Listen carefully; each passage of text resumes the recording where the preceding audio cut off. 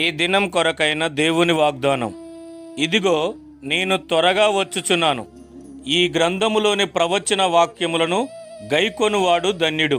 ప్రకటన గ్రంథము 22వ అధ్యాయము 7వ వచనము. ప్రియమైన దేవుని బిడ్డలారా, ఇదిగో దేవుని ఒక వాగ్దానం చెప్పకనే చెప్తా ఉన్నాడు. ఇదిగో నేను త్వరగా వచ్చుచున్నాను. నేను ఏ గ్రంథం అయితే ఇచ్చానో నా పరిశుద్ధ గ్రంథములోని ప్రవచన వాక్యాలను ఎవరైతే గైకొంటారో వాళ్ళే ధన్యులు.